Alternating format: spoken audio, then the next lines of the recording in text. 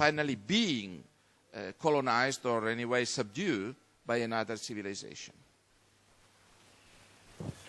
That is more science fiction than science, actually, at the moment. The whole problem is more science fiction because the Star Wars scenarios, nobody proved at any time that Star Wars exists at all, and whether there are barriers in space or not. So this is science fiction. Science fiction is useful because these are options. You can read it and you can think about it and so on. Yeah. But it is very, very far from a scientific research objective. Then let me ask you. Not really. I don't have any answer to the question. Well, let me just put it in a different fashion. Would you regard relativistic interstellar flight as a possibility for the future of humankind to expand, even just a little, into the galaxy, or not?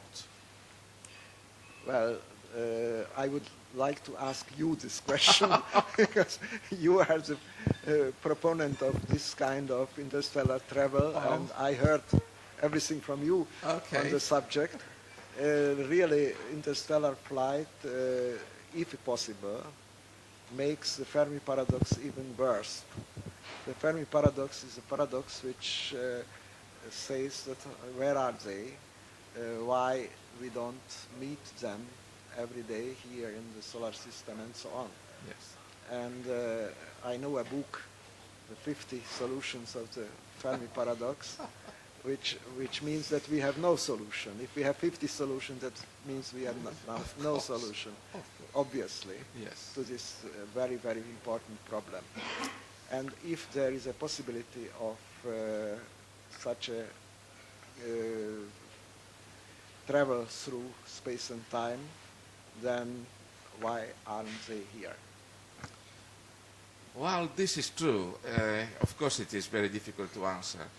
I think that sooner or later a very advanced civilization might get the capability of traveling across interstellar distances. The question is perhaps whether this civilization is willing to keep the expansion pace, or just they will stop at a certain time because they are satisfied with their own situation. They think that no one else has reached such a good level, so they are not under threat by anyone else.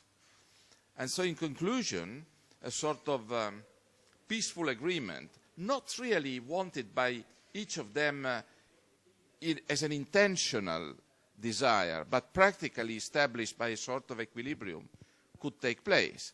This is essentially what actually took place in history when different civilizations expanded, each up to a certain extent, but then they finally stopped expanding because they found that peaceful coexistence was the best way of coping with all these problems. Well, I would like to thank you very much, not only for your answer, but especially